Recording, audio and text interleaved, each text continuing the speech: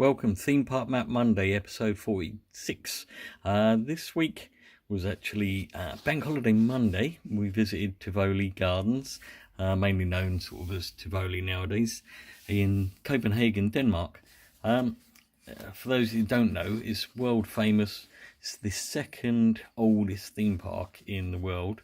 And even though there's another theme park even older that's in Denmark, Tivoli's kind of like more famous, I suppose, because it's a city theme park.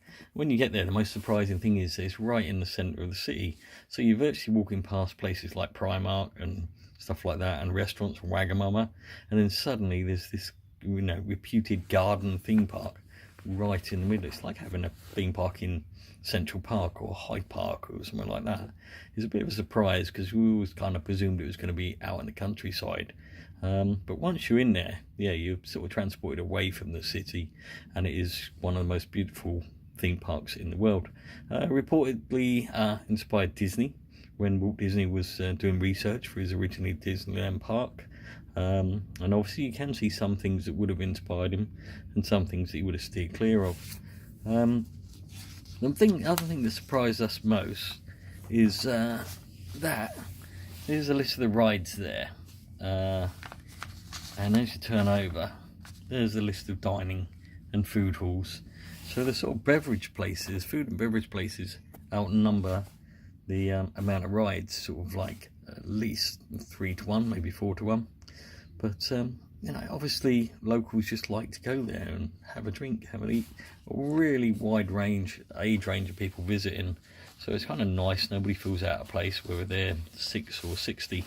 Like I say, you can sort of see from this map, the sort of outside part is not really theme park designed, but it's got a very sort of old grand entrance that's really is kind of nice. It's got that sort of architecture that sort of transports you back.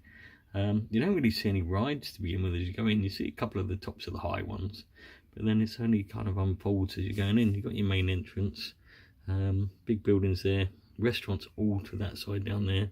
This was apparently quite a new squiggly bit that they built, so that's kind of nice. But then you get to the really fascinating parts. You've got like this airship ride, and here it's debatable because some people say it's the world's oldest roller coaster, wooden roller coaster. It's definitely the oldest in Europe, but then there's cases that there's older ones in Australia and in America. So I have to do a bit more research on that. We were told it was the oldest when we were out there, but I don't know, maybe just a little bit of a fantasy claim. Obviously a lot of this park is inspired by the most famous old resident, which was Hans Christian Andersen as well, who's obviously inspired this park and also inspired a lot of what Walt Disney has done and what we continue to do over the years. There's a nice choice of rides. What they have here is quite unique. They haven't gone mainstream. One of the most scary rides, I think, was this one over here, Vertigo. There is a video on the channel, shameless plug, but watch it or just Google Vertigo. It is insane. It's one of the maddest rides we've ever seen. But one of the most famous ones is this Fata Morgana, which is kind of like a high but slow ride, just very scenic, gives you a good view over the whole of Tivoli and actually the whole of Copenhagen, or best part of Copenhagen city. But it's just really ornate. It's nice, even if you're a bit scared of heights. You're kind of lost in the magic when you're up here, so it's worth doing. And then we've got the Demon, the dragon type roller coaster, very well themed in Chinese sort of theming, and you can do the VR alternative. I was never keen on the VR at Air, so I didn't bother with VR on this one, but excellent roller coaster without VR. Like I say, I'm not a big lover of VR, so enjoyed it as a coaster should be, I think. And then next to it we have what is called the Flying Trunk.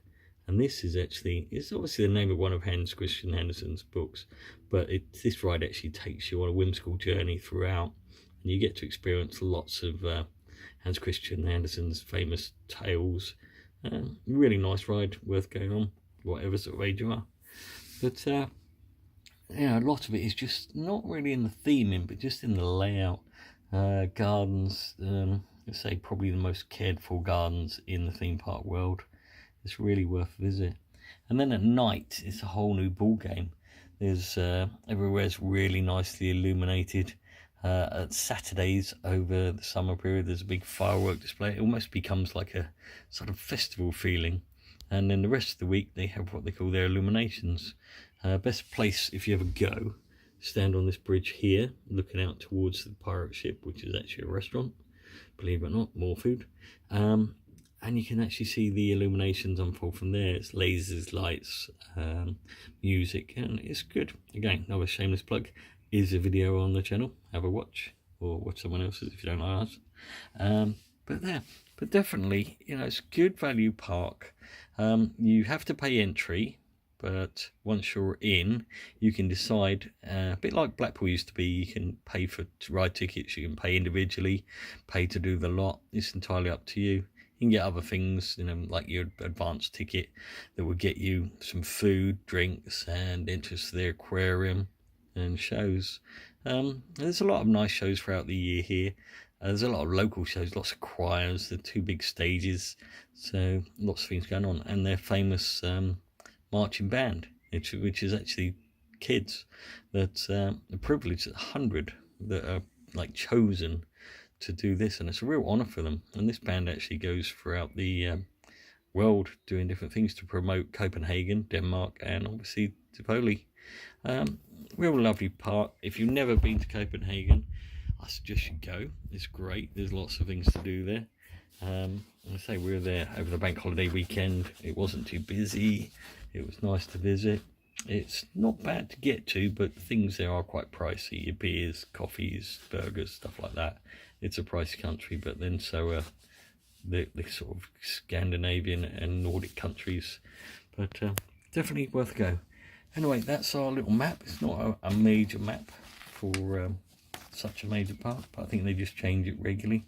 Got all your normal guides, well worth seeing. Got your opening hours all the way through.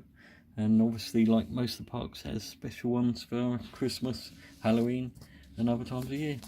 Anyway, that's pretty much it for this week's Theme Park Map Monday. Hope you've enjoyed it. See what we come up with next week. I have no idea. We kind of winged this, so hopefully we'll see you next week. Thanks again for watching. Hope you're enjoying the series, and we'll see you soon. Bye.